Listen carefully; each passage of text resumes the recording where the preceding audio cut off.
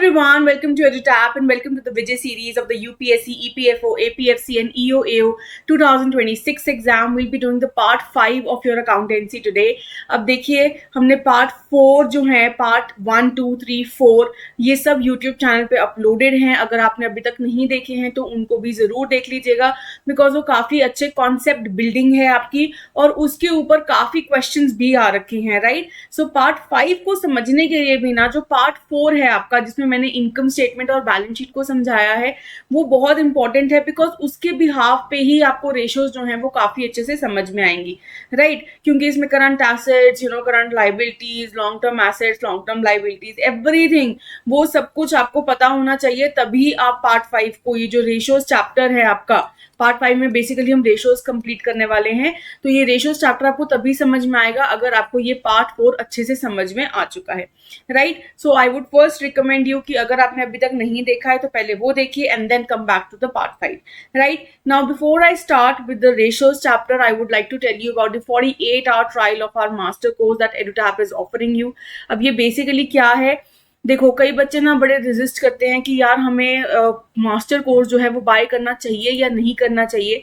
तो उसके लिए EduTap आपके लिए एक 2-day डेमो कोर्स लेके आया है of the master course for the UPSC, EPFO, APFC and EOAO 2026-27 course. ठीक है, अब बेसिकली ना ये एक प्रीव्यू कोर्स है कह लो. ठीक है, जिससे आप क्वालिटी अश्योर कर पाओगे कि हमारे मास्टर कोर्स की एक्चुअल में क्वालिटी कैसी है, क्या आपको समझ में आएगा नहीं आएगा, आपको एजुकेटर्स के बारे में समझ में आ जाएगा कि यार अच्छा ये वाला जो सब्जेक्ट है क्या मुझे इस एजुकेटर से समझ में आ रहा है या नहीं आ रहा है. So basically it's like a preview. ठीक है, तो EduTap आपको 2 days के लिए ये दे रहा है इन जस्ट ₹1. ठीक है, बड़ा ही नेग्लिजिबल प्राइस है. तो अगर आप ये लेना चाहते हैं तो आपका जो लिंक है ना वो डिस्क्रिप्शन में दे रखा है, वहां पे आप क्लिक करेंगे ना तो you will land up on this page only. Here you can get all the information as well and you can buy the course from here as well. ठीक है, तो कंसेप्ट क्लासेस मिल जाएंगे आपको, नोट्स मिल जाएंगे, current affairs magazine, solve previous year questions, chapter wise mock test भी मिल जाएंगे and current affairs mock test भी मिल जाएंगे. You will get everything a student who has taken the master course that student will get. You will get everything. Okay, but just for 2 days, that is for 48 hours. ठीक है, अगर मैं course के content की बात करूं तो every subject is there. ठीक है, every subject, everything will be visible to you, nothing we have locked. ठीक है, ऐसा नहीं कि कुछ पार्ट आपसे छुपा लिया है एंड कुछ पार्ट ही आपको दिखाएंगे, नहीं, everything will be visible to you but just for the 2 days. ठीक है, तो ये ₹1 में आपके लिए अवेलेबल है. On the right hand side you will have the option to buy now. ठीक है, यहाँ से बाय करके अगर आपको लगता है कि हाँ ये बहुत अच्छा है और मेरे को समझ में भी आ रहा है then you can of course opt for a master course. ठीक है, तो चलिए हम चलते हैं अपने रेशियोज की तरफ, स्टार्ट करते हैं इस टॉपिक को. राइट, सो आज का टॉपिक है हमारा ratios. This is the part 5 today. बहुत ही ज्यादा अच्छा टॉपिक है प्लस इम्पॉर्टेंट भी है. इम्पॉर्टेंट क्यों है, देखो रेशियोज में बात करूं अगर आपके ईपीएफओ एग्जाम के रिलेटेड तो कभी भी न्यूमेरिकल बेस्ड क्वेश्चंस मैंने नहीं देखे हैं, है ना. अगर न्यूमेरिकल बेस्ड क्वेश्चंस हों भी तब भी मुझे लगता है कि बहुत ही बेसिक क्वेश्चंस पूछे जाएंगे. तो मैं जो है वो आपको बेसिक ही कराऊंगी, लेकिन जो थ्योरेटिकल पार्ट भी है उस पर भी हमने काफी फोकस करना है. ठीक है, तो रेशियोज जो है वो कंसेप्ट बिल्डिंग के लिए भी आपके लिए बहुत इंपॉर्टेंट है, प्लस इससे एमसीक्यूज आने के चांसेस भी काफी रहते हैं. राइट, सो इम्पॉर्टेंट भी है, बेसिक भी आएगा और इसमें आप मार्क्स लूज नहीं करेंगे तो आपके लिए बहुत ही अमेजिंग चीज है बिकॉज ईजी है. ठीक है, चलो let us start with the concept of our ratio कि रेशियो जरूरी क्यों होती है एक ऑर्गेनाइजेशन के लिए, क्यों हम रेशियोज निकालते हैं. ठीक है, लेट अस सपोज एक फर्म है XYZ लिमिटेड. ठीक है, XYZ लिमिटेड और एक फर्म है हमारी ABC लिमिटेड. तो देखिए जो XYZ लिमिटेड है ना वो अर्न कर रही है 10,000 रुपीज और ABC लिमिटेड अर्न कर रही है 20,000. तो मैं आपसे पूछूं कि that who is earning more, you will say ABC limited is earning more. Right, now when I say that okay XYZ is spending 5,000 rupees a month, okay, and ABC is spending 8,000 a month. Now if I ask you who is spending more, you will say ABC limited is spending more. But when I calculate it through the ratio the spend to earn ratio, I will see that this XYZ limited is spending 5,000 out of his income of 10,000 rupees. Okay, so basically 50% of his income he is spending, that is 0.5. Okay, और if I talk about ABC Limited, तो ABC Limited 8,000 रुपए कमा रही है but they are earning 20,000. So if I see the spend to earn ratio, so it will be 8,000 divided by 20,000, so it will be 40%. That means ABC Limited is spending just 40% of his income. So now if I ask you who is spending more, so you will of course say me that okay, XYZ Limited is spending more in comparison to his income, right? So basically ratios भी हमें इसी concept के बारे में समझाती है कि सिर्फ जो नॉर्मल फिगर्स है ना हमें एक्चुअल में पिक्चर नहीं दिखाती है, लेकिन जब हम रेशियोज निकालते हैं तो एनालिसिस करना काफी इजी हो जाता है हर फॉर्म के बारे में, उसकी प्रॉफिटेबिलिटी के बारे में, उसके डिफरेंट डिफरेंट एस्पेक्ट्स के बारे में, ठीक है। तो इसी कंसेप्ट को अंडरस्टैंड करेंगे तो हम 4 तरह के रेशियोज को पढ़ेंगे, ठीक है। तो 4 types of ratios. The first one is the liquidity ratio, ठीक है। लिक्विडिटी रेशियोज को हम शॉर्ट टर्म सॉल्वेंसी रेशियोज भी कहते हैं। सॉल्वेंसी का मतलब क्या कि कंपनी जो है, जो बिजनेस है, वो कितना कॉम्पिटेंट है कि वो अपने ऑब्लिगेशंस को, अपनी जो लाइबिलिटीज हैं उसके शोल्डर्स पे उसको पे ऑफ कर देगी। लेकिन जब मैं लिक्विडिटी रेशियोज की बात करती हूँ तब मैं बात करती हूँ शॉर्ट टर्म में, बेसिकली 1 ईयर में कि क्या उसकी स्ट्रेंथ है, ठीक है, फाइनेंशियल स्ट्रेंथ है कि वो कॉम्पिटेंट है कि नहीं, अपनी जितनी ऑब्लिगेशंस हैं उसकी एटलीस्ट 1 साल की, क्या वो कंप्लीट करने लायक है कंपनी या नहीं है, ठीक है। सेकंड आती है हमारी लीवरेज रेशियोज। लीवरेज रेशियोज ना बेसिकली हमारी लॉन्ग टर्म सॉल्वेंसी रेशियोज भी होती हैं। दैट इज ये बताती है फाइनेंशियल स्ट्रेंथ कि कितनी स्ट्रेंथफुल है कंपनी, कितनी कॉम्पिटेंट है to pay off the liabilities but in the longer run, ठीक है। जो लिक्विडिटी रेशियोज हैं वो शॉर्ट टर्म में बताती हैं, वेराज लीवरेज रेशियोज हैं वो लॉन्ग टर्म सॉल्वेंसी रेशियोज रहती हैं, ठीक है। वो लॉन्ग टर्म में हमें सॉल्वेंसी बताती है हमारी बिजनेस की। इसको हम कैपिटल स्ट्रक्चर रेशियोज भी कहते हैं। इसको हम समझेंगे कि इसको कैपिटल स्ट्रक्चर रेशियोज भी क्यों कहते हैं। देखो कैपिटल का बेसिक मतलब क्या है, देखो हमारा कैपिटल जो जनरेट होता है ना बिजनेस में वो 2 तरीके से होता है। या तो हमने लोन लिया है ना, ये हमारी लाइबिलिटी होती है, ठीक है, जिसको मैं कहती हूँ डेट लिया है, या फिर ओनर ने अपना पैसा लगाया है, that is known as equity, right. So basically leverage ratios में ना हम डेट और इक्विटी की ही बातें करते हैं। तो जब हम इसको आएंगे ना, इस पे डिटेल में आएंगे तो मैं आपको समझाऊंगी कि कैपिटल स्ट्रक्चर रेशियोज ये क्यों कहा जाता है, आपको समझ में आ जाएगा। क्योंकि डेट और इक्विटी की बात हो रही है तो yes, these are capital structure ratios also, ठीक है। चलिए next third type of ratio is your profitability ratios. अब आपको याद है कि हमने जब इनकम स्टेटमेंट करी थी तो हमने 4 तरीके के प्रॉफिट्स किए थे, gross profit, operating profit, then there was your EBT, है ना, earning before taxes, and then there was PAT और net income, that is profit after taxes. So basically हम इन चारों प्रॉफिटेबिलिटी रेशियोज के बारे में बात करते हैं, चारों प्रॉफिट्स के बारे में बात करते हैं, ठीक है। अब बेसिकली फिगर्स से हमें नहीं समझ में आता है ना, क्योंकि एक कंपनी के बहुत सारे फिगर्स रहती हैं एंड एवरीथिंग। तो जब हम रेशियोज निकाल लेते हैं तो हमें पता लग जाता है अच्छा इतना % हम ग्रॉस प्रॉफिट के थ्रू कमा रहे हैं, इतना % हमारा ऑपरेटिंग प्रॉफिट है, एक्सेट्रा एक्सेट्रा, ठीक है। तो प्रॉफिटेबिलिटी रेशियो समझ में आ जाएंगी। प्लस हमारी लास्ट टाइप ऑफ रेशियोज है एक्टिविटी रेशियोज। ये बताती है how active the company is, okay. Activity ratios, how active and efficient the business is, ठीक है। तो ये चारों जो रेशियोज है ना हम डिटेल में करेंगे, ठीक है। ऐसा नहीं है कि एक भी रेशियो हमने छोड़नी है, हमने चारों करनी है। और चारों में से मैं आपको ये भी बता दूंगी कि कौन सी ज्यादा इंपॉर्टेंट है, सो दैट आपने ये तो बिल्कुल भी छोड़ के नहीं जानी है, ठीक है। हम स्टार्ट करते हैं with the very first, that is your liquidity ratios, ठीक है। Now before I move forward एक छोटा सा एक और एस्पेक्ट बता दूं, एक्टिविटी रेशियोज ना, activity ratios are also known as turnover ratios, ठीक है। ये भी मैं आपको बाद में समझाऊंगी कि क्यों उसको टर्नओवर रेशियोज भी कहा जाता है।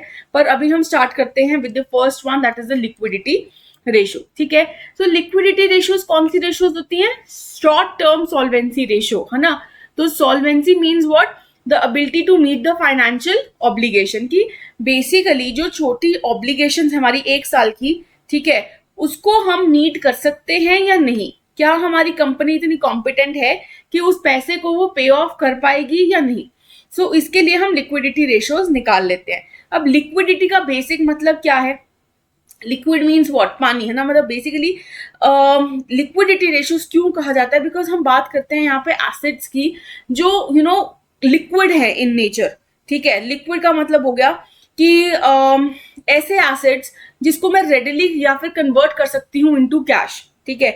तो इसमें हमारे 2-3 तरह के एसेट्स होते हैं जो मैं आपको बताऊंगी। सबसे पहले तो हम करंट एसेट्स के बारे में बात करते हैं, जो हमें पता है।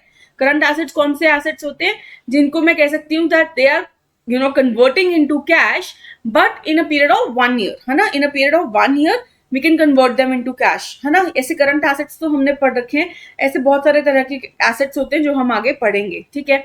लिक्विडिटी की बात करूं तो liquidity is how quickly you can convert your assets into cash. तो जैसे कि हमारे पास कैश है ना, ये घर तो ये एक फिक्स्ड एसेट है बेसिकली, तो ये तो लिक्विड नहीं है।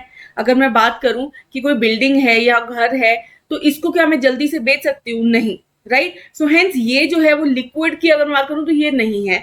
पर अगर मैं कैश की बात करूं या फिर मैं गोल्ड की बात करूं, है ना, गोल्ड भी मैं एक दिन में जाके बेच सकती हूँ, तो ये क्या है, ये लिक्विड एसेट्स हैं। बट अगर मैं बात करूं कि मैं घर की बात करूं, लैंड, प्रॉपर्टी, बिल्डिंग, मशीन, तो ये सब क्या है, ये फिक्स्ड एसेट्स हैं और ये लिक्विड नहीं होते हैं in nature, right. These are for longer period of time. ये हमारे नॉन करंट एसेट्स होते हैं, ये हमारे पार्ट नहीं बनेंगे लिक्विड एसेट्स के, ठीक है। तो आई होप पहले तो आपको ये समझ में आया कि लिक्विडिटी रेशियोज कौन सी रेशियोज हैं, शॉर्ट टर्म सॉल्वेंसी रेशियोज। अब लिक्विडिटी रेशियोज के बिना 3 पार्ट्स हैं, 3 टाइप्स हैं। एक है हमारा करंट रेशियो, एक है हमारा क्विक रेशियो और एक है हमारा कैश रेशियो, ठीक है। तो ये तीनों ही रेशियोज, जो ये तीनों रेशियोज हैं, ये क्लब करके हम इसको कहते हैं liquidity ratios, which measures the firms ability to meet the current obligation. Current obligation means what? Obligations which are for a period of only 1 year, ठीक है। जो हमारी करंट लाइबिलिटीज हैं उनको कंप्लीट करने के लिए, उनको पे ऑफ करने के लिए क्या हमारी फर्म जो है, हमारा बिजनेस जो है वो कॉम्पिटेंट है या नहीं है, ये वो रेशियोज बताती हैं। तो ये तीनों रेशियोज हमने करनी है, current ratio, quick ratio and cash ratio. अब मैं आपको अभी से बता दूं, जो ये करंट रेशियो है ये सबसे ज्यादा इंपॉर्टेंट है, बहुत बेसिक है और सबसे इजी भी है, ठीक है। इंपॉर्टेंट क्यों है कि इसके ऊपर क्वेश्चन आने के चांसेस भी रहते हैं, बिकॉज इजी सी है एक तो, ठीक है, लेकिन इंपॉर्टेंट भी बहुत होती है एक फर्म के लिए। तो every firm tries to calculate this current ratio, ठीक है।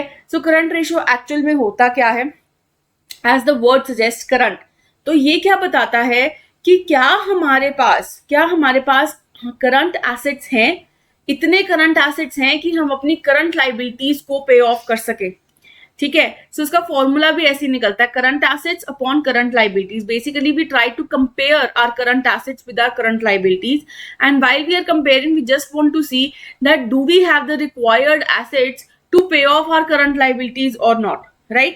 Now with this, you should understand the concept of current assets and current liabilities. Okay, from your income statement chapter. I am going to repeat it here, ठीक है। मैं बता देती हूँ आपको कि क्या क्या चीजें आएंगी, बट ये चीज आपको पार्ट 4 में जो मैंने आपको इनकम स्टेटमेंट समझाया है उससे बिल्कुल कनेक्ट करके आपको याद होना चाहिए कि करंट एसेट्स में कौन से एसेट्स आते हैं, करंट लाइबिलिटीज में आपकी कौन सी लाइबिलिटीज आती हैं। तो स्टार्ट करते हैं with the current assets, all those assets which can be converted into cash with in 1 year, है ना।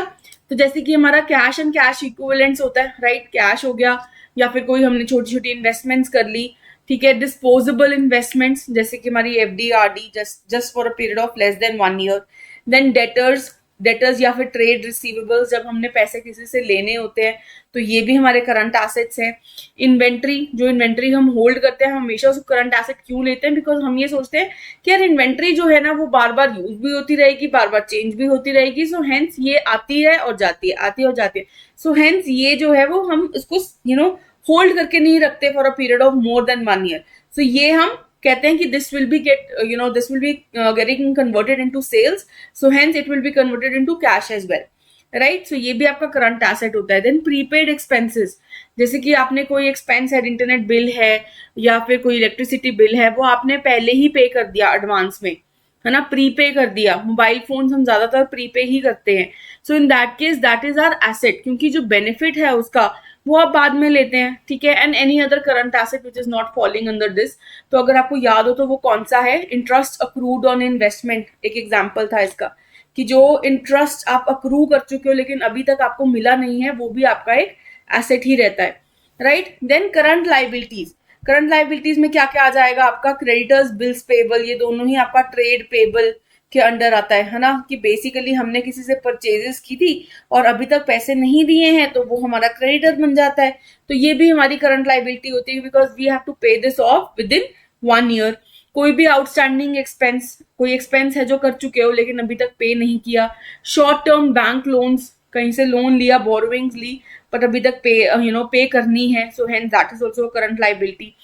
देन इनकम टैक्स लाइबिलिटी, क्योंकि ये भी, इसको हम कहते हैं प्रोविजन फॉर टैक्स भी हो सकता है, इसको हम कह सकते हैं, क्योंकि बेसिकली हमें पता है ये जो टैक्स लाइबिलिटी हमें पे करनी है 1 साल के अंदर अंदर ही, है ना। तो या तो हम प्रोविजन बना लेते हैं कि हम पैसा साइड करके रख लेते हैं कि पता ही है कि टैक्स पे करना है इस साल, right. Then long term debt maturing in the current year, do you remember this, कि अगर हमारा 10 लाख रुपीस का लोन है, 10 लाख रुपीस का लोन है और हमें वो 10 ईयर्स में चुकाना है, तो इस साल मुझे कितना चुकाना पड़ेगा, इस साल मुझे चुकाना पड़ेगा 1 लाख रुपए। 1 लाख रुपए मेरा क्या हो गया, that is the debt which is maturing in this current year, so this will be the 1 lakh rupees will be your current liability, क्योंकि इसी साल की है ना, so hence आपका ये भी करंट लाइबिलिटी का पार्ट हो सकती है।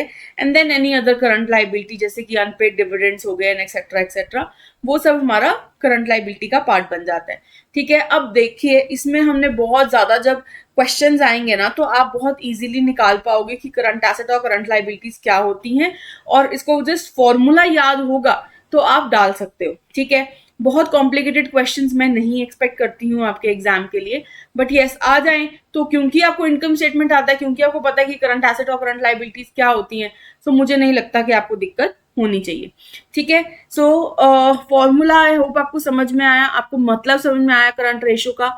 It basically tells you that are you even competent enough to pay off your current liabilities with the help of your current assets.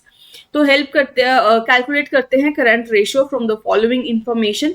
Inventories दे रखी हैं आपको, this is your current asset और not, yes. Trade receivables, ये भी आपका current asset है। Advance tax, जब हम कोई भी टैक्स या फिर कोई भी एक्सपेंस पहले ही प्रीपे कर देते हैं, वो भी तो करंट एसेट होता है हमारा, yes. Then cash and cash equivalents, ये भी हमारा करंट एसेट का पार्ट है। ट्रेड पेबल्स, ये मेरा है current liability. And short term borrowings, ये भी मेरी करंट लाइबिलिटी है। सो टोटल कर लेंगे करंट एसेट का, टोटल कर लेंगे करंट लाइबिलिटीज का, और हमें पता है करंट रेशो कैसे निकलती है, current asset upon current liability.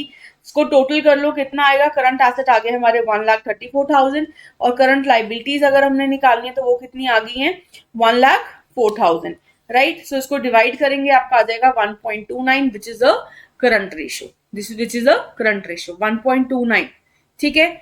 1.29:1 भी आप लिख सकते हैं, ठीक है।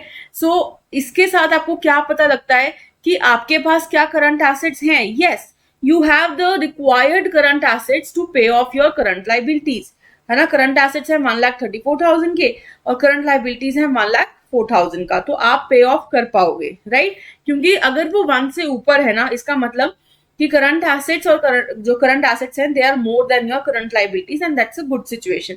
पर अगर मैं आइडियल रेशियो की बात करूं, ठीक है, अभी ओके, आइडियल रेशियो की बात करूं ना, तो you should no current ratio की आइडियल रेशियो क्या है, 2:1, कि एक कंपनी कहती है कि at least you should have your current assets twice the current liabilities, कि अगर आपकी करंट लाइबिलिटी फॉर एग्जाम्पल 50,000 है, ठीक है, तो आपके करंट एसेट्स कितने होने चाहिए, एटलीस्ट 1 लाख रुपीज।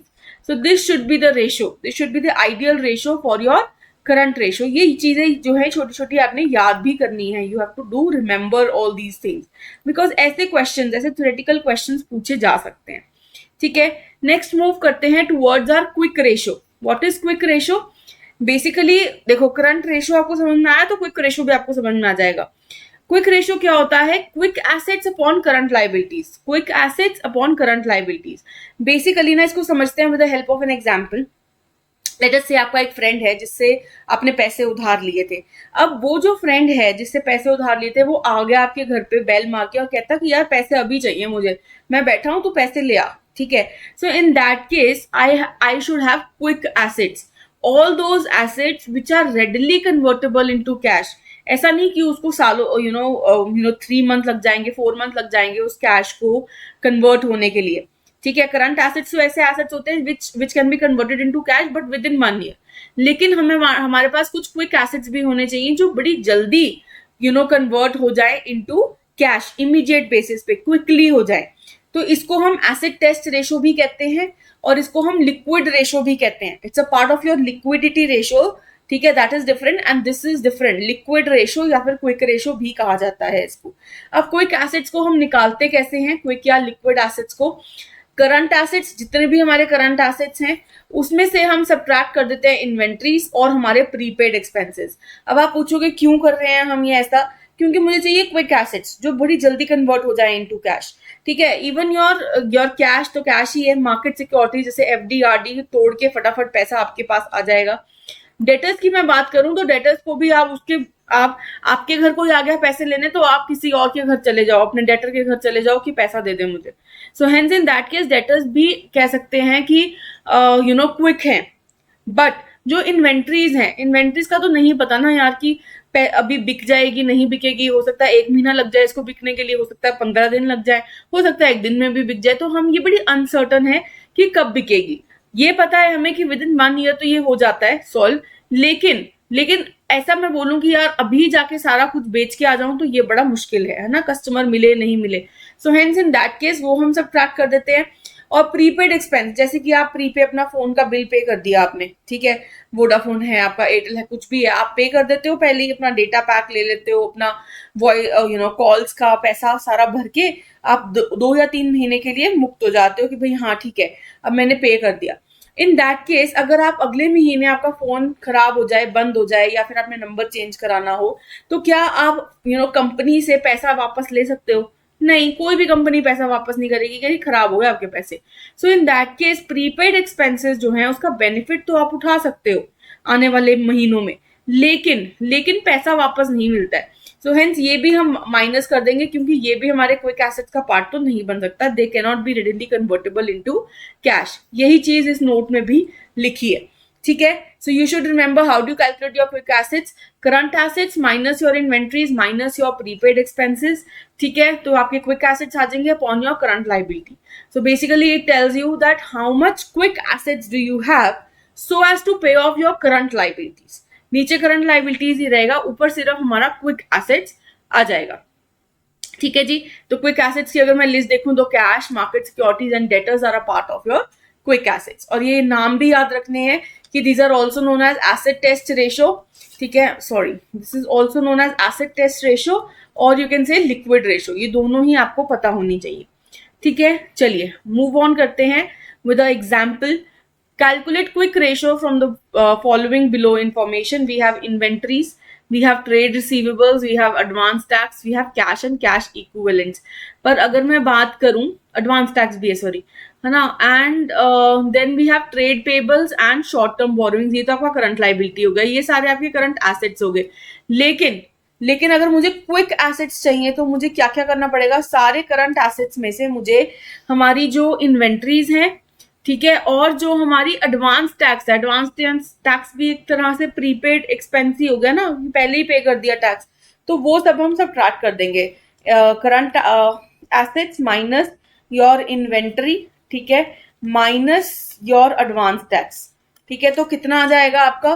देखिए एक बार करंट एसेट्स आया तो पूरे आप एक साथ निकाल लीजिए, या फिर what you can do is आप सिर्फ ऐड कर लो, क्या क्या, सिर्फ आपका ट्रेड रिसीवेबल्स ऐड कर लो और कर लो सिर्फ आपका कैश एंड कैश इक्विवेलेंट्स। तो अगर मैं कहूँ तो क्विक एसेट्स आपके कितने आ जाएंगे? वो आ रहे हैं आपके 80,000, राइट। और आपकी जो करंट लाइबिलिटी आ रही है वो कितनी आ रही है? 1,04,000। तो you just have to divide and you will get your answer, that is 0.77:1। अब ये मैं कहूंगी कि इतनी बुरी भी नहीं है कि आपके पास है कुछ एसेट्स जिससे आप अपनी करंट लाइबिलिटी को फुलफिल कर सकते हो। बट अगर मैं आइडियल रेशो की बात करूं तो वो होती है 1:1। That is at least you should have the same amount of quick assets that you have of current liability, ठीक है। जितनी आपकी करंट लाइबिलिटी है उतने ही आपके पास क्विक एसेट्स होने चाहिए। This is the ideal ratio. ये चीजें आपको छोटी छोटी याद करनी है, ठीक है। पर अगर मैं बात करूं कि हाँ 0.77:1 तो ये भी नॉट बैड होती है। 0.5 से एटलीस्ट आपका नीचे नहीं गिरना चाहिए, ठीक है। तो आइडियल क्या है? 1:1 की दोनों ही सेम हो आपके पास, कि इतने ही क्विक एसेट्स हैं जितनी आपकी करंट लाइबिलिटी है। बट यस, ठीक है, this is a conventional rule. अगर आपकी थोड़ी कम भी है तो इतना मैटर नहीं करता है, ठीक है, let us move to the next one under your liquidity ratio, that is your cash ratio. Cash ratio basically क्या होता है, ये और भी आपके करंट एसेट्स को और भी स्क्वीज डाउन कर देती है. इसमें हम डेटर्स को भी सब्ट्रैक्ट कर देते हैं. जब मैं क्विक एसेट्स की बात करी थी तो इसमें था cash, market securities and debtors. अब जब मैं आपके कैश रेशियो की बात करती हूँ ना, तो कैश रेशियो में तो मैं डेटर्स भी आपके रिड्यूस कर देती हूँ. तो अगर मैं बात करूं कि कैश रेशियो में कैसे आएगा आपका न्यूमिनेटर, तो उसमें करंट एसेट्स में से इन्वेंट्री भी निकाल दूंगी, प्रीपेड एक्सपेंसेस भी निकाल दूंगी, इवन योर डेटर्स भी निकाल दूंगी. ऐसा क्यों? कैश रेशियो कहता है कि मैं एब्सोल्यूट लिक्विडिटी देखना चाहता हूं फर्म की, कि आपके पास कोई इतना हरिडली आ गया पैसे लेने के लिए, तब तो आप डेटर्स के घर भी नहीं जा सकते. डेटर्स के घर भी नहीं जा सकते कि अभी की अभी मुझे पैसा दे. वो भी यार 1 या 2 दिन लगा देगा. लेकिन मेरे पास ऐसा पैसा होना चाहिए जो अभी मेरे पास है. That is your cash, your bank balance and your marketable securities.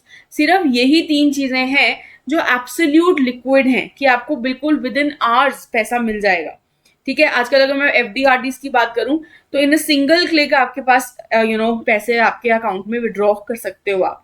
So hence this is a kind of your cash assets. ठीक है, तो cash and bank balances plus your marketable securities upon your current liabilities. So here in this case we are trying to measure that how much absolute liquid assets do we have, absolute liquid assets or cash assets that we have, so as to fulfill our current liabilities. ठीक है, so with this हमने 3 ratios कर ली हैं आपकी liquidity ratios की. One is your current ratio, second is your quick ratio and third is your cash ratio. If you have any doubt write down in the comment section, वरना हम आगे तो अभी मूव कर ही रहे हैं. ठीक है, और इसमें से मैं बता दूं कि कौन सी सबसे ज्यादा इंपॉर्टेंट है, that is your current ratio. Current ratio आपने बिल्कुल भी छोड़ के नहीं जानी है. और देखोगे तो ये तीनों ही रेशियोज जो लिक्विडिटी के अंडर है एटलीस्ट, ये तो बहुत ज्यादा ईजी है. Right, so with this your liquidity ratios are complete. Now the next one that we are going to move is the leverage ratio. ठीक है, leverage ratio क्या होता है? These are also known as long term solvency ratios. Basically it tells me the financial strength of the company but in a longer run. ठीक है, also known as capital structure ratios. तो इन leverage ratios के अंदर भी ना हम ये सारी तरीके की रेशियोज करेंगे. हम ये मेजर करने की कोशिश करेंगे the degree of indebtedness and the ability to pay off this debt. Right, so इसमें बेसिकली हमने 6 तरह की 1, 2, 3, 4 इन the case of first case and second के केस में ये 2 रेशियोज करनी है थोड़ी डिटेल में. ठीक है, इसमें से भी मैं आपको इंपॉर्टेंट बताती रहूंगी कि कौन से सबसे ज्यादा इंपॉर्टेंट है जो आप छोड़ के नहीं जा सकते हैं. सो पहला है आपका measure of degree of indebtedness. Now मैंने आपको एक चीज बताई थी कि ये जो लीवरेज रेशियोज होती है ना, जिसको मैं कहती हूँ लॉन्ग टर्म सॉल्वेंसी रेशियोज, इसको ना मैं कैपिटल स्ट्रक्चर रेशियोज भी कहती हूँ. क्यों? देखो, आपका जो कैपिटल है ना पूरी ऑर्गेनाइजेशन का, राइट, वो हम कहते हैं कि basically this is the amount जो आपके बिजनेस में इन्वेस्टेड है. ठीक है, अब जो जितना भी कैपिटल है, जितना भी पैसा है आपके बिजनेस में, वो 2 तरीकों से है. एक, या तो हमने उसको उधार ले रखा है, दैट इज द डेट. ठीक है, जैसे कि मैंने कहीं से बोरो किया हुआ है फंड. या फिर सेकंड सिनेरियो है कि जो ओनर है ना उसने कुछ पैसा इन्वेस्ट कर रखा है, जिसको मैं कहती हूँ इक्विटी. राइट, सो पहली जो रेशियो है ना, that is known as debt equity ratio. ये आपको बताएगी भी क्या? राइट, ये आपको यही बताएगी कि कितना डेट है ऑर्गेनाइजेशन में और कितना इक्विटी है. राइट, सो पहली रेशियो पे चलते हैं, that is date equity ratio, जिसकी वजह से जिन रेशियोज की वजह से इसको कैपिटल स्ट्रक्चर रेशियोज भी कहा जाता है. तो डेट इक्विटी रेशियो आपकी कौन सी रेशियो होती है?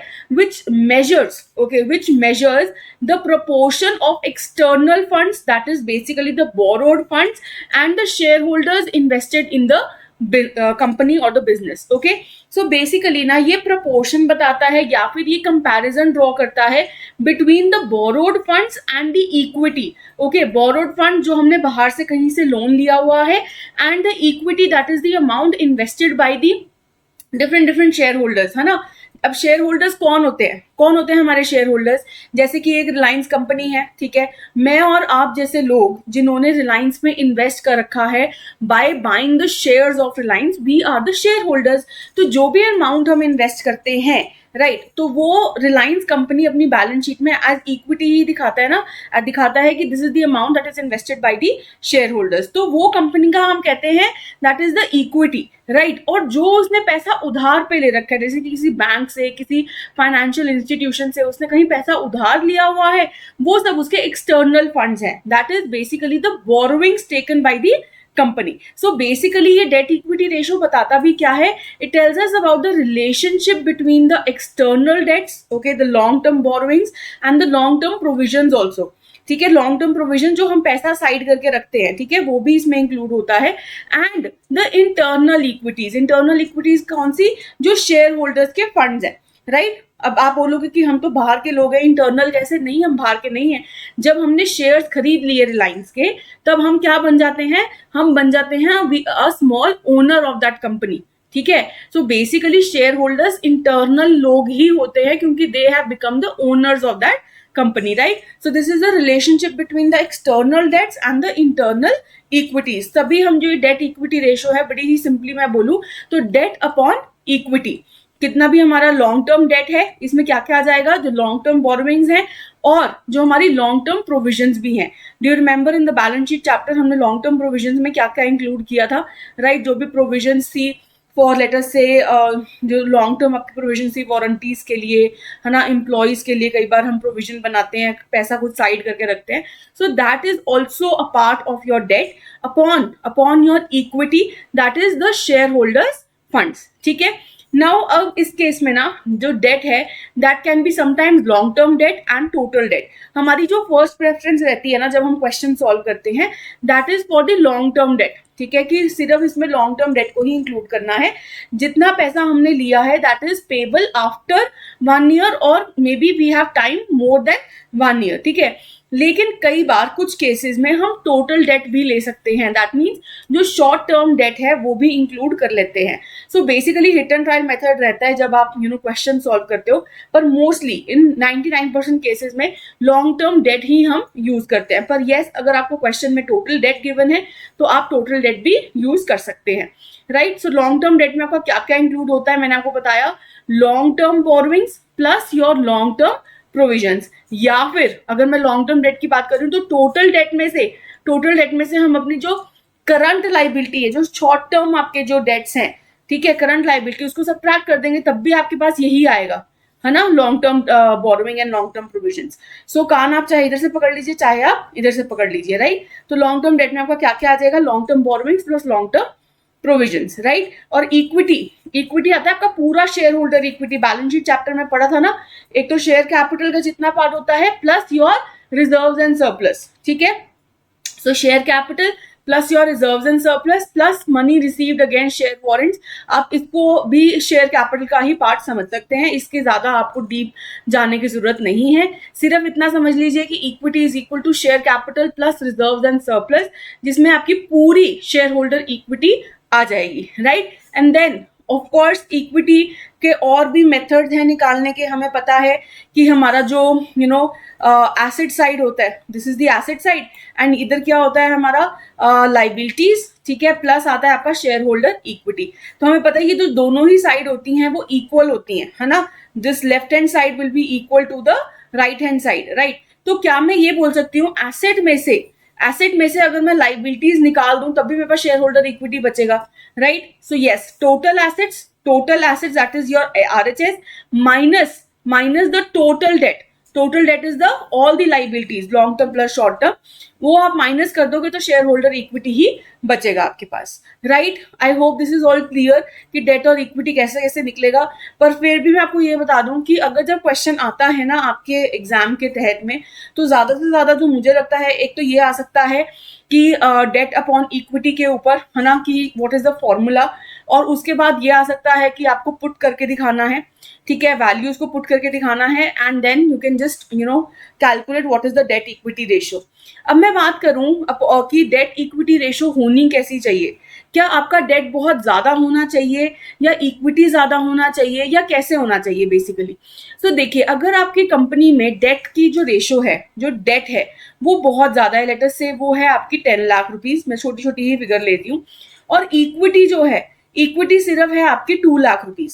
सो बेसिकली ना कल को जब क्रेडिटर से आप और लोन लेने जाओ या फिर मार्केट में आप ये दिखाओ कि है ना कि मेरी डेट इक्विटी रेशियो है वो 10:2 है, दैट इज बेसिकली 5:1 है ना, तो इस केस में हम ये बता रहे हैं कि हमारा डेट बहुत ज्यादा है, कि हमने दूसरों का ही पैसा यूज कर रखा है, राइट। सो एक तो क्रेडिटर पे एक बुरा इम्पैक्ट पड़ेगा, दोबारा वो आपको लोन नहीं देगा, और दूसरे केस में क्योंकि आपने बाहर से इतना पैसा ले रखा है, इस 10 लाख के ऊपर इंटरेस्ट भी तो पे करना पड़ेगा।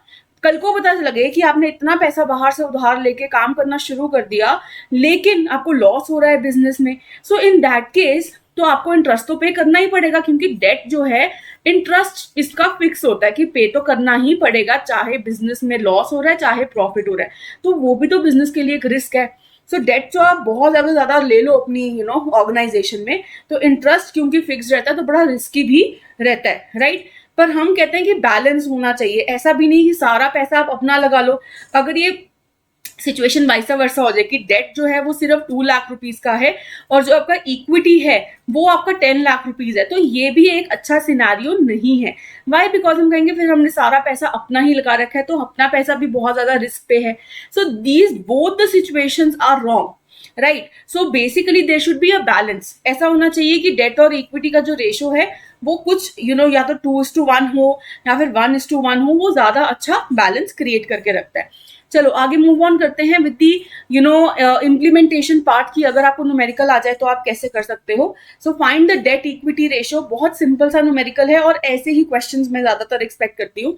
इक्विटी शेयर कैपिटल आपको दे रखा है 15 lakh, preference share capital 5 lakh, ये भी इंक्लूड हो जाएगा आपका, रिजर्व भी दे रखे हैं 25 लाख, तो ये पूरा आपका इंक्लूड हो जाएगा in your equity share capital, बिल्कुल हो जाएगा। ठीक है, ये सारा आपका कंप्लीट हो जाएगा। अब कुछ बच्चे सोचेंगे कि यार प्रेफरेंस शेयर कैपिटल आएगा, बिल्कुल आएगा, पूरा का पूरा शेयर कैपिटल आपका आता है। सो यस, अगर मैं इसको इक्विटी हटा देती हूँ यहाँ पे, तो पूरा का पूरा share capital will be your part of your equity, ठीक है, नीचे। And then your total debt is given to you and current liability is also given to you. देखो अब क्वेश्चन में क्योंकि टोटल डेट गिवन है तो हम दोनों ही वे से निकाल सकते हैं। एक हम टोटल डेट लेके देख लेते हैं एक बार, total debt upon your equity 15 + 5 + 25 lakh, तो ये 70 लाख डिवाइडेड बाय जितना भी आएगा, ठीक है, इसको हो जाएगा 15 + 5 = 20 एंड 45 लाख, है ना। 70 lakh divided bye 45 lakh will be 1.5 ठीक है। लेकिन अगर आप निकालना चाहो तो आप टोटल डेट में से करंट लायबिलिटी माइनस करके, आप सिर्फ लॉन्ग टर्म डेट निकाल सकते हो अपना, और उसके हिसाब से भी क्वेश्चन सॉल्व कर सकते हो। तो वो आ जाएगा आपका 70 - 20 50 lakh divided bye 45 lakh, that is your equity. तो इसका जितना भी आपका आंसर आएगा वो भी आपकी डेट इक्विटी रेशो हो सकती है, ठीक है। तो इस केस में क्या ये हिट एंड ट्राई मेथड होता है कि अगर आपको ऑप्शंस में 1.5 दे रखा है तो दैट मीन्स उन्होंने टोटल डेट लिया है। अगर उन्होंने लॉन्ग टर्म डेट दिया हुआ है तो फिर उन्होंने ये वाला आंसर आएगा तो लॉन्ग टर्म डेट लिया है। तो बेसिकली इसमें क्रक्स क्या है कि हिट एंड ट्रायल करके देखना पड़ सकता है, बट मोस्टली केसेस में ना आपको एक ही चीज दे रखी होगी, या तो टोटल डेट या फिर लॉन्ग टर्म डेट। सो इतनी घबराने वाली बात नहीं है, ठीक है। चलो let us move ahead to the next type of ratio, that is your debt ratio. Now this is different, ठीक है, ये नाम से थोड़ी सेम है, पर अब हम जो नेक्स्ट रेशियो करें that is debt ratio, that is a little different, ठीक है। अब डेट रेशियो क्या होती है आपकी, this tells me that how much total assets, ठीक है, जितने भी हमारे टोटल एसेट्स हैं वो कितने फाइनेंस्ड हैं थ्रू द डेट। अब बेसिकली हमें पता है अकाउंटिंग इक्वेशन याद है आपको, assets is equal to liabilities plus your capital, right. So basically हम यही कहते हैं कि जितने भी एसेट्स है ना ऑर्गेनाइजेशन में, या तो वो बोरोड है, ठीक है, या तो बोरोड फंड्स के थ्रू आया है, दैट इज लायबिलिटी के थ्रू, या फिर जो कंपनी है, जो भी ओनर्स हैं उन्होंने पैसा इन्वेस्ट किया है तब वो एसेट्स हम खरीद पाए हैं, ठीक है। तो अभी हम इन दोनों में रिलेशन देखना चाहते हैं, एसेट और लायबिलिटी में, बेसिकली कि how much of your assets are financed through your borrowed funds, ठीक है। सो उसमें आ जाएगा आपका लॉन्ग टर्म डेट, ठीक है, your short term date also, जो भी हमने बोरोविंग्स करी है for which is payable after 1 year, या फिर हमने जो बोरोविंग्स करी हैं that is payable in between 1 year, okay, with in 1 year, plus plus your current portion of your long term debt. Current portion of your long term that means what? अब देखिए, याद है आपको, हमने बैलेंस शीट में भी किया था कि अगर आपने एक लोन लिया है 10 ईयर्स के लिए, ठीक है, 10 ईयर्स के लिए 10 लाख रुपीज का लोन लिया है, तो इस साल कितना अमाउंट पे करना है? इस साल आपको 1 लाख रुपीज पे करना है. 10 lakh divided bye 10, 1 lakh rupees आपको इस ईयर में पे करना है, दिस ईयर. सो हेंस ये क्या है आपका? ये this is the current portion of the long term date. कई बार वो इसी में इंक्लूडेड भी होता है और कई बार वो आपको अलग से भी दे रखा होता है. So you have to see in the question, ठीक है. So long term debt plus short term debt plus your current portion of your long term debt upon your total assets. So basically this will help me tell कि how much total assets, how many of total assets is basically borrowed through the liabilities. ठीक है. अब इसमें कुछ बच्चे जो गलती कर देते हैं वो ये है कि डेट रेशियो निकालते हुए ना वो टोटल लाइबिलिटीज ले लेते हैं. ठीक है, वो एक डिफरेंट फॉर्मूला है. टोटल लाइबिलिटीज हम नहीं लेंगे. आप मुझे बताइए कि क्या चीज इसमें मिसिंग है? टोटल लाइबिलिटीज क्यों नहीं है? लॉन्ग टर्म डेट भी है, शॉर्ट टर्म डेट भी है, current portion of long term date भी है, तो टोटल लाइबिलिटीज क्यों नहीं है? यस, बिकॉज इसमें आपकी current liabilities which consist of your creditors, है ना, वो इंक्लूडेड नहीं है. Right. So in that case ये total liability upon total assets नहीं आएगा. सिर्फ आपका जो डेट आपने बोरो कर रखा है कहीं से पैसा, long term date, your short term date and the current portion of your long term date, सिर्फ इतना ही आएगा. ठीक है, डेट रेशियो में. इसको भी निकाल के देख लेते हैं. This is your equity share capital. ठीक है, preference share capital and reserves are given to you. ठीक है, and then debt is given to you and current liabilities is also given to you. So how will you calculate? ठीक है, अब date इस case में आपको दे रखा है 70 लाख, पर करंट लाइबिलिटीज को इंक्लूड करना है हमने नहीं. राइट. सो सिर्फ आपका डेट आएगा. और टोटल एसेट्स, अब टोटल एसेट्स आपको ऐसे नहीं दे रखे हैं, तो आप कैसे निकाल सकते हो? देखो, टोटल एसेट्स अगर मैं बात करूं, आपको फिर से बैलेंस शीट याद दिलाते हैं. This is your liability plus your share holders equity side, और ये है आपकी सारी एसेट की साइड. तो क्या मैं ये कह सकती हूँ कि liability plus share holder equity will be equal to your asset side? कह सकते हैं. सो इसका मतलब your total liability, this is your total liability and this whole portion is your shareholder equity. So can I say this shareholder equity plus your total liability will be equal to your total assets? Can I say this?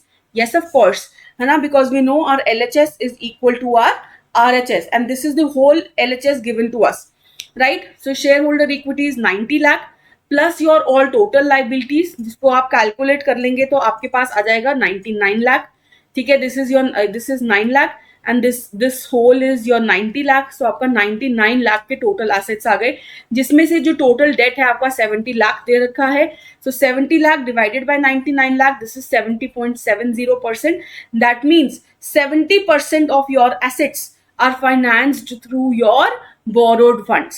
70% of your assets are financed through your borrowed funds. Right? Is this easy? Not very difficult. और देखो, मैंने आपको जो question देने की कोशिश करी है वो ऐसे देने की कोशिश करी है कि टोटल एसेट्स आपको अगर नहीं भी गिवन है तो भी आपको निकालने आने चाहिए. Right. You should know how to hold the ear from the other end. I keep repeating this. Next, third part. Third is your total debt ratio. Now these both the ratios are very interconnected. इस debt ratio में हमने किया कि current liabilities is not included, but total debt आप बताइए मुझे क्या होगा? It will be your total liabilities. ठीक है, इस वाले फॉर्मूला को देखो.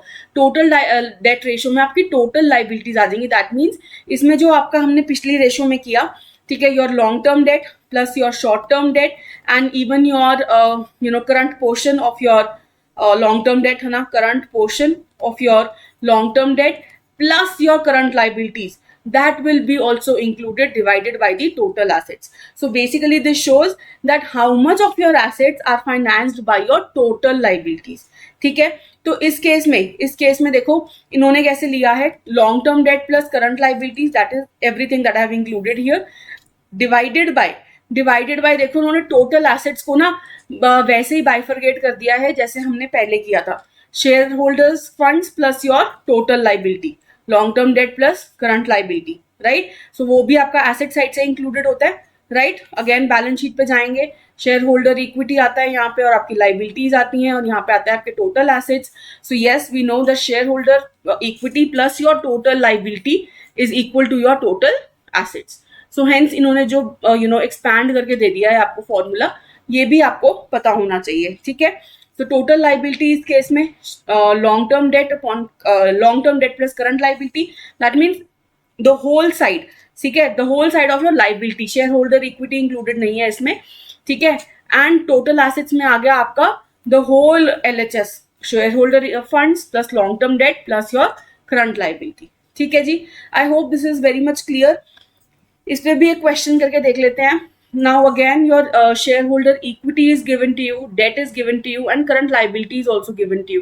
सो इस केस में जब आपने टोटल लाइबिलिटी निकालनी है तो आप ये दोनों ही लेंगे, दैट इज 90 लाख, ठीक है। टोटल लाइबिलिटी इज 90 लाख और जो आपके टोटल एसेट्स है, again total assets will be the sum of everything. So ये this is 9 lakh plus your 90 lakh, this is 99 lakh के आपके टोटल एसेट्स हो गए। So now 90 lakh divided by your 99 lakh will give you how much? 90.90. That means your assets, your total assets are financed. Okay, your 90% of your total assets are financed through your total liabilities. ठीक है, 90%, 90.90% of your total assets are financed through your debt, total debt. ठीक है, I hope this is also very much clear. चलो, the last ratio in the case of measure of in degree of indebtedness, that is the proprietary ratio. अब proprietary ratio means what? Proprietary जो owner है, ठीक है। So basically यहाँ पे हम क्या जज करना चाहते हैं? The relationship between the proprietors funds and the total assets. Now your how much of your total assets are finance through your share holders funds, ठीक है, are finance through your basically own fund, the owner's funds, right?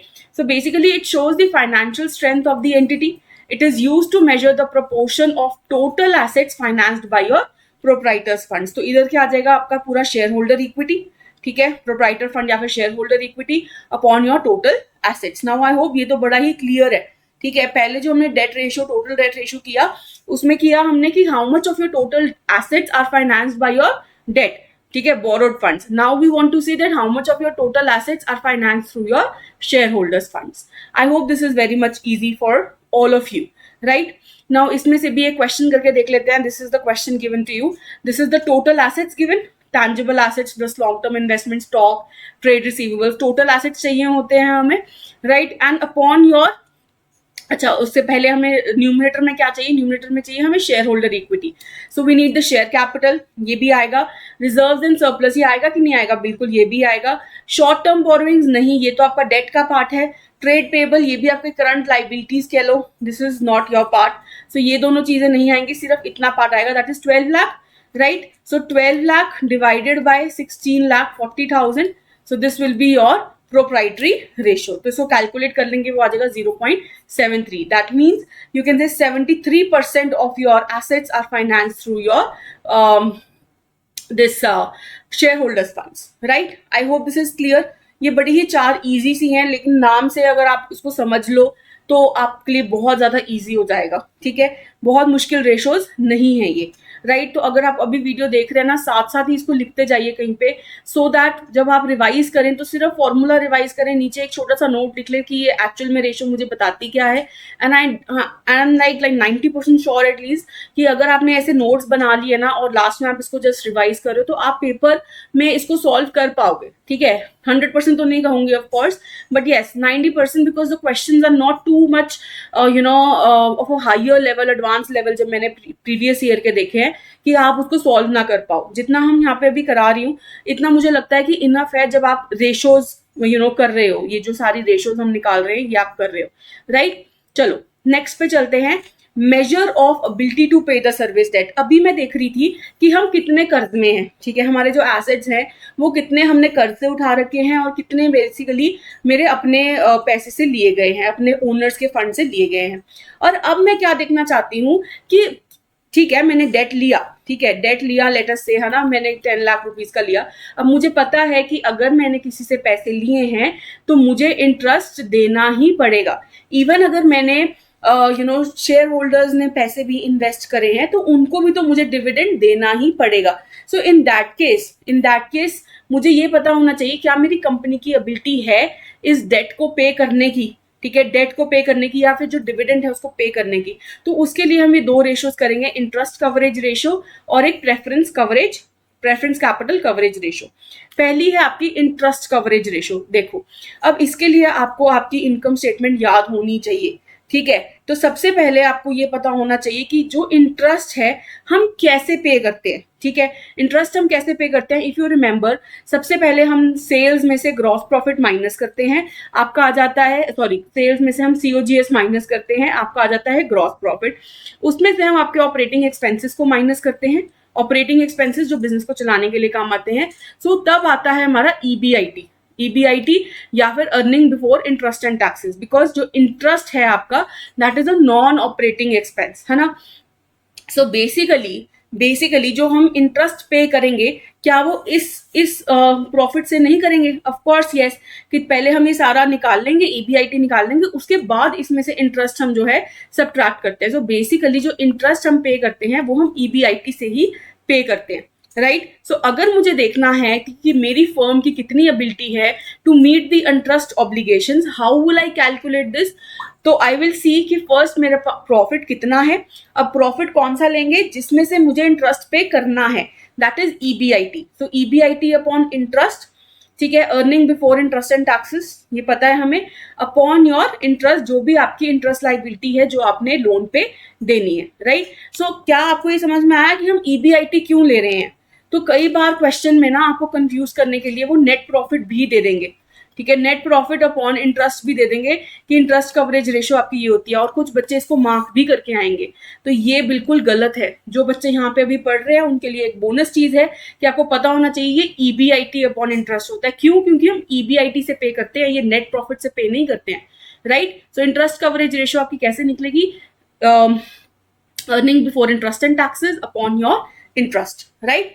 चलो let us move ahead, इसको हम देखते हैं कैसे हम solve करेंगे। The firm has an EBIT of 25 lakh and a fixed interest liability of 6,25,000। तो क्या आपको लगता है कि हमारे पास इतना प्रॉफिट है कि हम इसको पे कर देंगे? Yes, we are earning a profit of 25 lakh and there is an interest liability of 6,25,000. So how much extra do we have basically? तो कि हमारे पास एटलीस्ट 4 times पैसा है, राइट। 25 लाख डिवाइडेड बाय 6,25,000 से हमारा निकल गया 4:1, और यू कैन से 4. So basically we have the money we have 4 times है हमारे पास पैसा, so as to complete my interest obligations. So क्या ये कंपनी अच्छी है? बिल्कुल अच्छी है। पर अगर मैं कहूँ कि एक कंपनी के पास 6,25,000 रुपीज का ही ईबीआईटी है और इंटरेस्ट की जो ऑब्लिगेशन है वो भी इतनी ही है, तो क्या ये एक सेटिस्फैक्ट्री पोजीशन है कि 1:1 की रेशियो आ रही है? नहीं, बिल्कुल नहीं, कि उसके पास वरना तो पैसा खत्म ही हो जाएगा। इंटरेस्ट ऑब्लिगेशन पे करने के बाद उसके पास कुछ भी नहीं बचेगा। सो हेंस ऐसी रेशियोज खराब है। लेकिन हाँ, जब हमारे पास 4 या 5 या 6 आ जाता है तब हम कहते हैं कि this is a good thing for the company that it has some money so as to pay off its interest obligations, और उसके बाद भी उसके पास पैसा बचेगा ताकि वो अपने प्रॉफिट को कवर कर सके, right. Let us move ahead to the next type, that is the preference capital coverage ratio. अब बेसिकली ना आपको पता है कि हमारी 2 तरह की शेयर कैपिटल होती है, एक होती है हमारी इक्विटी, राइट, और एक होती है हमारी प्रेफरेंस शेयर कैपिटल। अब याद रखना है एक चीज, जो ये प्रेफरेंस शेयर कैपिटल वाले होते हैं ना, इनको प्रेफरेंस दी जाती है डिविडेंड पे करने के टाइम पे, इनको प्रेफरेंस दी जाती है कि पहले तुम्हें डिविडेंड देंगे, उसके बाद किसी और को पे करेंगे, राइट। तो प्रेफरेंस कैपिटल कवरेज रेशियो कैसे निकालते हैं? बेसिकली ना, here we want to see that how much is the firm capable, ठीक है, capability of the firm in paying the dividends to the preference share holders, right. Now अब हमें पता है कि डिविडेंड जो है प्रेफरेंस शेयर होल्डर्स को पहले पे करना होता है। अब वो कैसे पे करना होता है, कौन से प्रॉफिट में से पे करते हैं? तो अगर जब मैं इंटरेस्ट की बात करी थी तब मैंने कहा था कि हम ईबीआईटी के थ्रू पे करते हैं। तो प्रेफरेंस शेयर्स हम जो को पे करते हैं, डिविडेंड्स पे करते हैं, वो उनको हम कैसे पे करते हैं? We paid from the net profit, ठीक है। जब हमने शेयर होल्डर्स को डिविडेंड देना है, we pay it through the net profit. So यहां पे आएगा आपका प्रॉफिट आफ्टर टैक्स, या फिर इसको मैं नेट प्रॉफिट भी बोल सकती हूँ, divided by the preference dividend, right. So here I want to see the capability of the firm to pay off the dividends, to pay off the preference dividend, but through what? Through your net profit. ये याद रखनी है चीज। तो जब हमने interest obligation पे करना था तब हम ईबीआईटी लेते हैं न्यूमरेटर में, और जब हमने प्रेफरेंस शेयर होल्डर्स को देना है तब हम नेट प्रॉफिट लेते हैं, right. This should be very much clear to you, because अगर क्वेश्चन आ जाए और अगर आपको लगे कि है ना दोनों ही केसेस में नेट प्रॉफिट लेना है या दोनों ही केसेस में ईबीआईटी लेना है, तो फिर आप क्वेश्चन गलत करके आ सकते हो, राइट. सो यहाँ पे हमें पता होना चाहिए इंटरेस्ट ऑब्लिगेशन है तो ईबीआईटी के थ्रू पे होगा, earning before interest and taxes. और जब मुझे प्रेफरेंस डिविडेंड होल्डर्स को डिविडेंड पे करना है, so in that case I will take the net profit, right. चलो, let us move ahead. Now we have done all the types of leverage ratios, also the 6 type of leverage ratios. Now let us move to the next part, that is our activity ratios. ठीक है, activity ratios जिसको मैं turnover ratios भी कहती हूँ. You will get to know कि इसको turnover ratios क्यों कहा जाता है. Activity ratios basically are those ratios which tells us that how active the business is, how efficient the business is. तो उसके अंदर भी 4 तरह के ratios हैं जो हमने करने हैं. ठीक है, so activity ratios there are 4 types: accounts receivable ratios, payable or creditors turnover ratio, inventory turnover ratio and assets turnover ratio. अब ये भी बहुत ज़्यादा easy हैं. अगर आप words के थ्रू देखो तो आपको लगेगा कि थोड़े से technical हैं, but नहीं, बहुत easy type of ratios हैं ये. Basically it tells me that how quick my business is, how efficient my business is to convert certain things into sales or to convert certain things into cash. ठीक है, so basically अगर मैं पहली की ratio बात करूं, accounts receivable ratio. Do you remember what is accounts receivable? Trade receivables बोलते हैं इसको, हम डेटर्स के नाम से भी जानते हैं. डेटर्स टर्न ओवर रेशो, कि how efficiently I can convert my debtors into cash, कि बेसिकली कितनी जल्दी मेरे डेटर्स जो हैं वो मुझे पैसा पे कर देते हैं. सेकंड मैं देखना चाहती हूँ कि मेरे क्रेडिटर्स टर्नओवर रेशो, कितनी जल्दी मैं एज अ बिजनेस बिजनेस कितनी जल्दी क्रेडिटर्स को पे ऑफ कर देता है. ठीक है, क्रेडिटर्स को पैसे पे कर देता है. क्या ये भी एक अच्छी चीज है? हाँ, अगर मैं जल्दी अपने क्रेडिटर्स को पे कर दूंगी तो I can get the trust of those creditors. So hence creditors turnover ratio भी जानना एक कंपनी के लिए जरूरी है. देन इन्वेंट्री टर्नओवर रेशो, कि जितनी भी इन्वेंट्री मेरे स्टोर में पड़ी है, वेयर हाउस में पड़ी है, how quickly can I get this converted into cash, into sales. ठीक है, and then my assets turnover ratio, कि how quickly, how efficiently my assets helps us to generate revenue. ठीक है, एक एक रेशो को बड़े ध्यान से करते हैं. ठीक है, और डिटेल में करते हैं. पहली चलते हैं हम इन्वेंट्री टर्नओवर रेशो में. ठीक है, पहली इन्वेंट्री टर्नओवर रेशो करते हैं, बड़ी इजी सी है. नाउ इन्वेंट्री टर्नओवर हम कैसे निकालते हैं?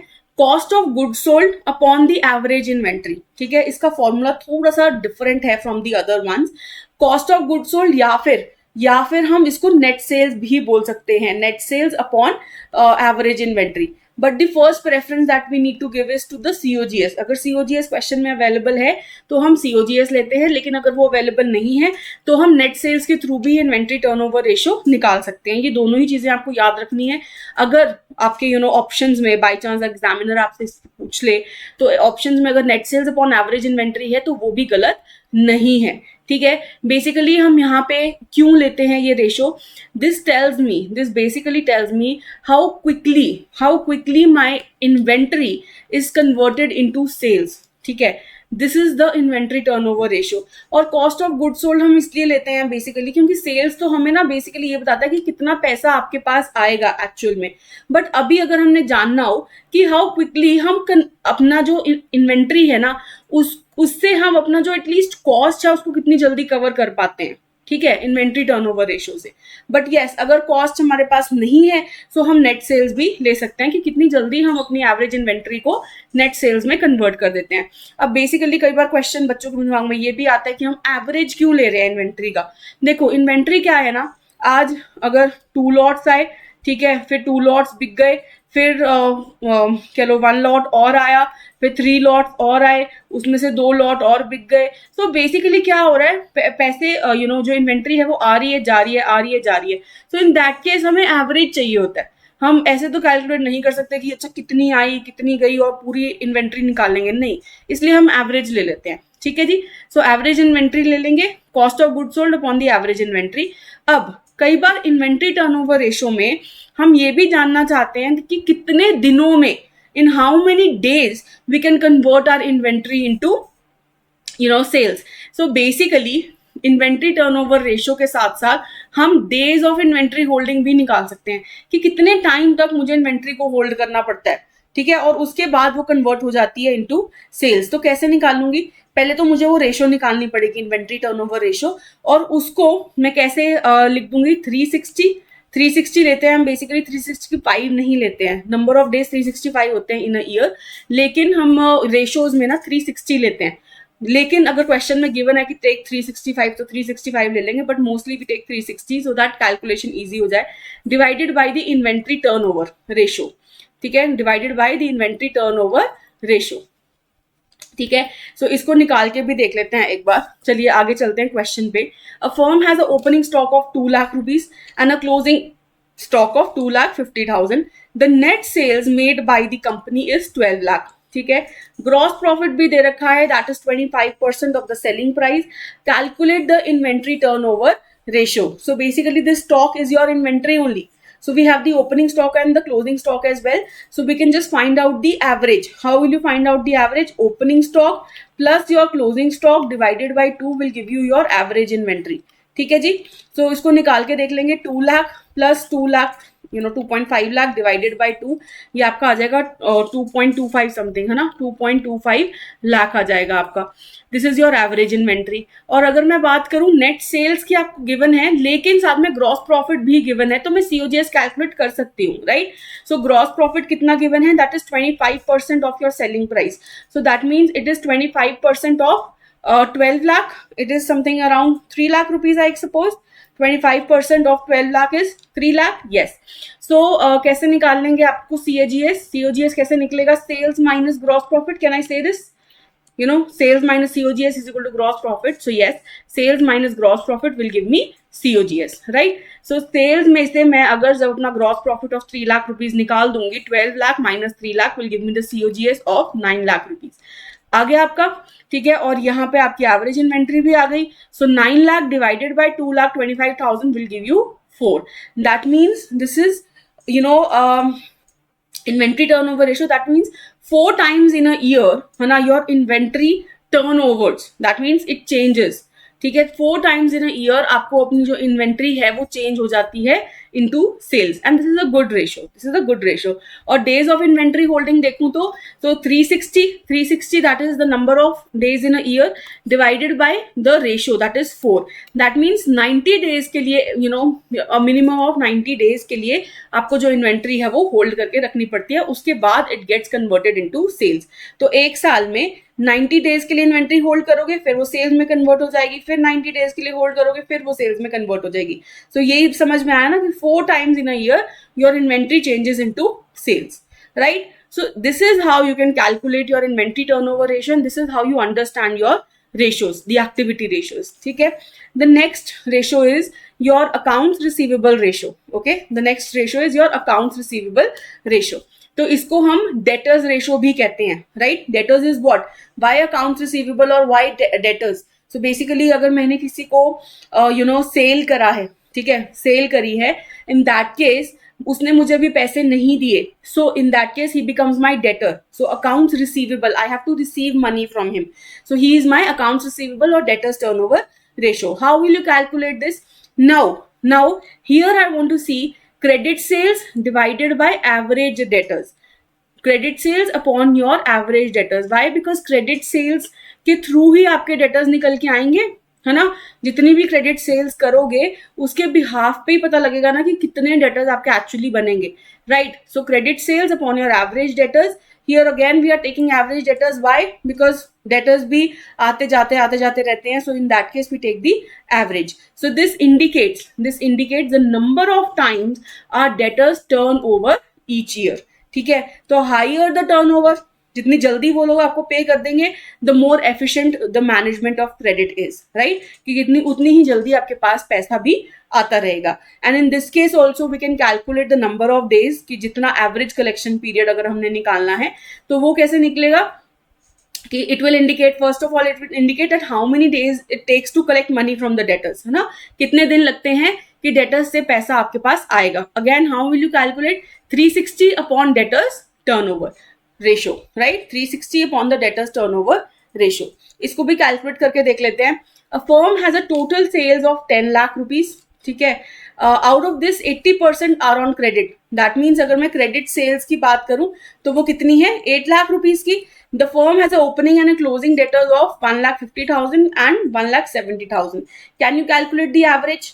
1,50,000 plus 1,70,000 divided by 2 will give you your average debtors, and the credit sales is 8 lakh rupees.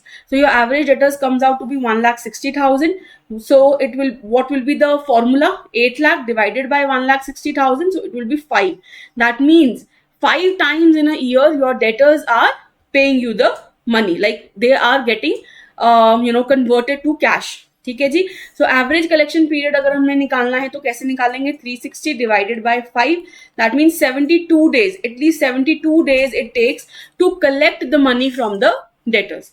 Now अगर देखो बेसिकली मैंने उनको जो पीरियड दिया, जो डेटर्स को पीरियड दिया, लेटर से मैंने उनको 45 डेज का टाइम दिया था कि आप पे कर दीजिए, लेकिन 72 डेज का एवरेज आ रहा है कि 72 डेज में आपके डेटर्स जो है वो आपको पे करते हैं. तो तब तो मैं कहूंगी कि ये गलत है. This is a wrong scenario.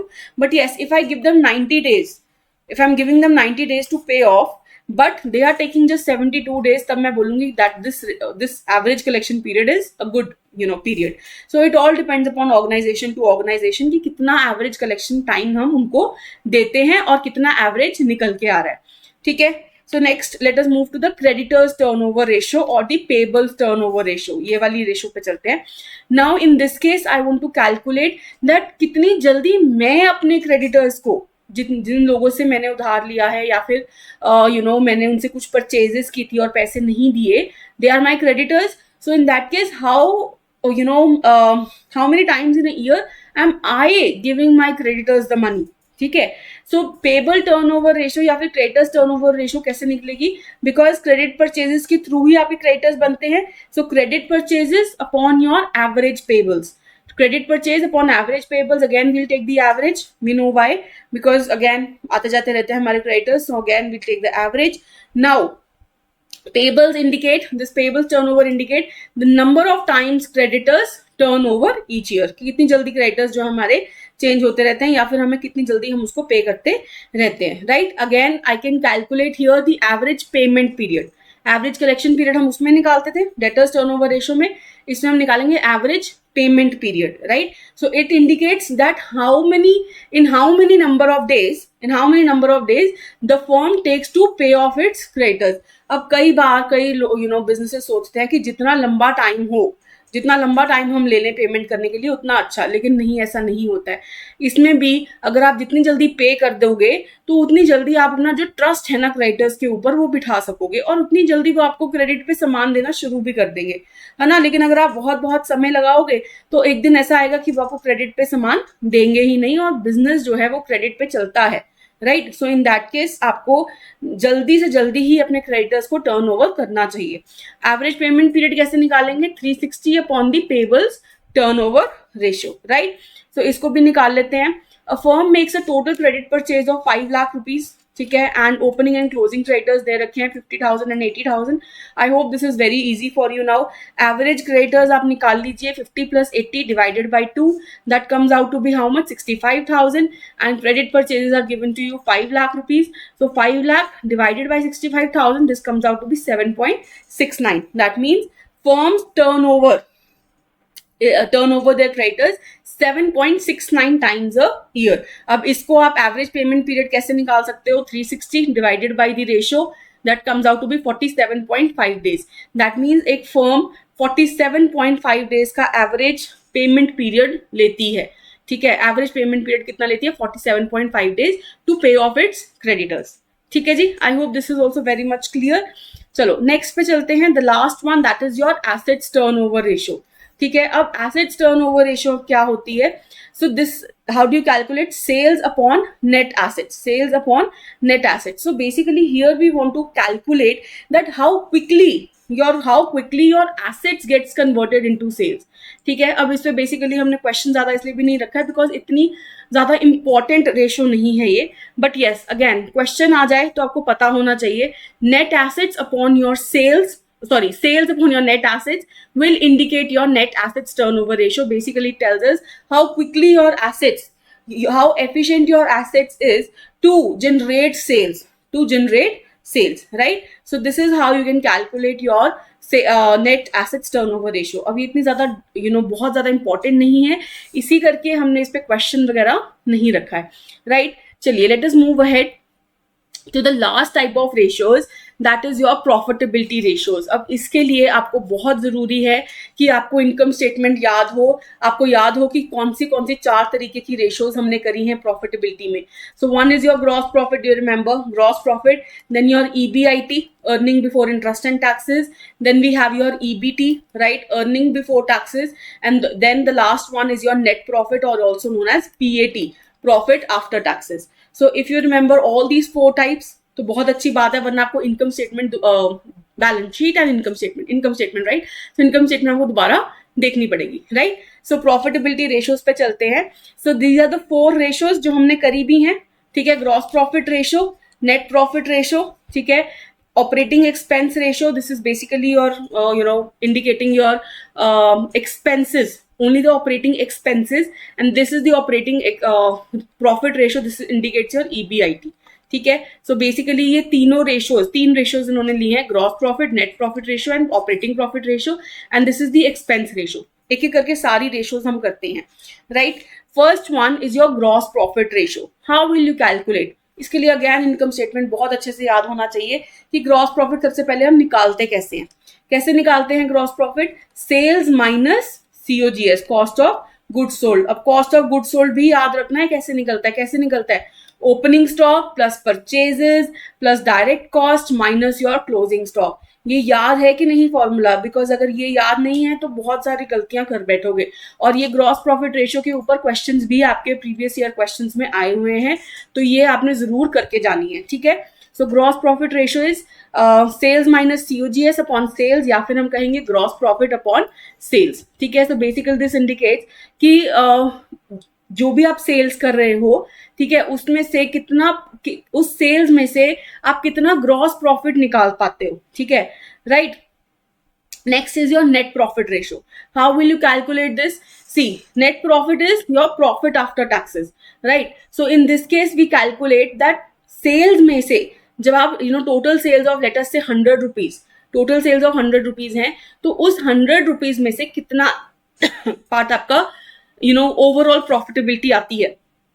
For example आपकी सेल्स है 100 रुपीज की, और जो प्रॉफिट आफ्टर टैक्सेस आ रहा है तो सारे तरीके के एक्सपेंसेस को माइनस करके वो आता है आपका 20 rupees. That means 20% profit, 20% profit आप कमा पा रहे हो थ्रू योर सेल्स ऑफ ₹100, ठीक है? 20 rupees on every sale of ₹100, right? So this is your net profit ratio, profit after taxes या फिर net profit upon sales. Now comes your operating expense ratio.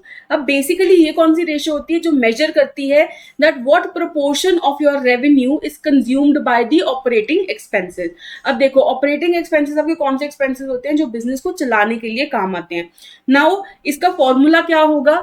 देखो इसमें ना आपके कॉस्ट ऑफ गुड्स सोल्ड भी include होते हैं. सबसे पहली गलती जो बच्चे कर देते हैं वो क्या करते हैं कि सिर्फ ऑपरेटिंग एक्सपेंसेस को ले लेते हैं, लेकिन नहीं, जो भी एक्सपेंसेस आपके बिजनेस को चलाने के लिए काम आते हैं, including your manufacturing expenses and your rent, utilities, depreciation, ये सारे expenses भी include होते हैं when you have to calculate the operating expense ratio, ठीक है? So cost of goods sold plus your operating expenses divided by total sales. So let us say you have a total sales of 100 rupees और 70 rupees का आपका ये expense बैठ रहा है. That means 70% of your sales, 70% of your sales is basically going in your expenses, ठीक है? Is going in your expenses. That means जब आप 100 रुपीज की सेल करते हो तो 70 रुपीज तो आपको एक्सपेंस में ही देनी पड़ती है. सो नाउ जब ये एक्सपेंस रेशियो है तो lower the ratio better the cost management of course, right? So I hope this is very much clear. इसके बाद ना आपको एक छोटी सी और चीज बताऊंगी ऑपरेटिंग एक्सपेंस रेशियो के बारे में. आगे चलते हैं, अभी कैलकुलेट करने की कोशिश करते हैं कि ऑपरेटिंग रेशियो कैसे निकालते हैं. Revenue from operations is given to you, this is basically your sales. Then cost of revenue from operations, this is basically your COGS, है ना? Cost of revenue from operation, that is cost of sales. And then your selling expenses is a part of your operating expense. Yes, it is a part of your operating expense. Administrative expenses, ये भी आपका operating expense का part है. So ये सारे आपके expenses हो गए, ये आपकी sales हो गई.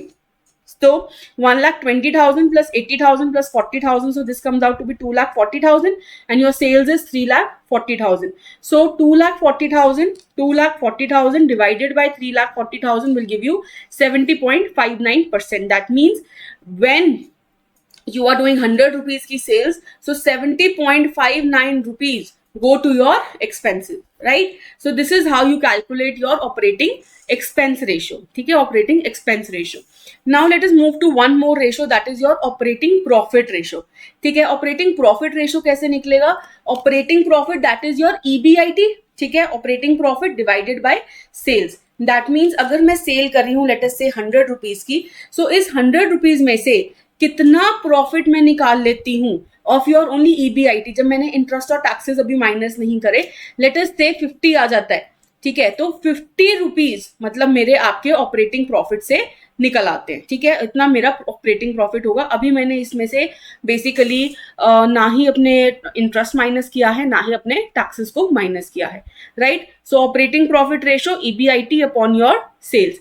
अब एक चीज आपने याद रखनी है, जो आपका ऑपरेटिंग प्रॉफिट है, ठीक है, और जो आपका ऑपरेटिंग एक्सपेंस है, that goes hand in hand.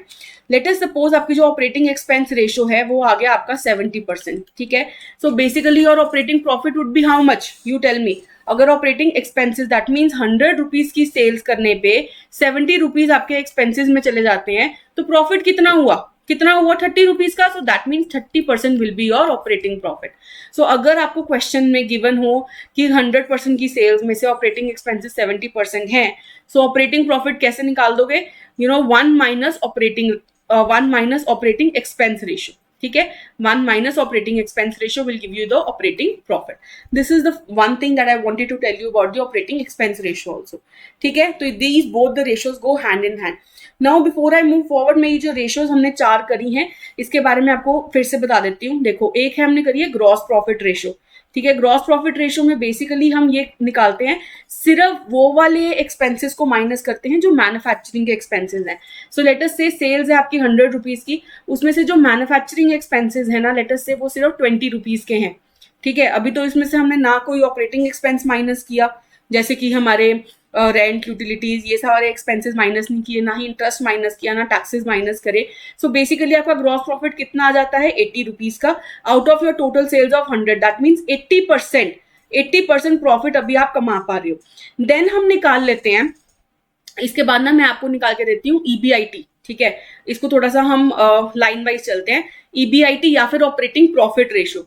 That means जब मैंने अपने 20 रुपीज का तो सिर्फ अभी COGS था, लेकिन जब मैंने अपने ऑपरेटिंग एक्सपेंसेस भी माइनस कर दिए, 20 रुपीज मैंने ये माइनस कर दिए, और ऑपरेटिंग एक्सपेंसेस भी, जैसे कि लेट अस सपोज मैंने 40 रुपीज के माइनस कर दिए. दैट मीन्स सारे मेरे रेंट, यूटिलिटीज, डेप्रिसिएशन, इन सबको मैंने माइनस कर दिया, तब मेरी कितना प्रॉफिट मैं कमा पा रही हूँ. So 100 minus 20 minus 40 upon 100 total sales of 100. So ये आ जाएगा आपका 100 माइनस 60, दैट इज 40%. 40% का EBIT आ गया आपका.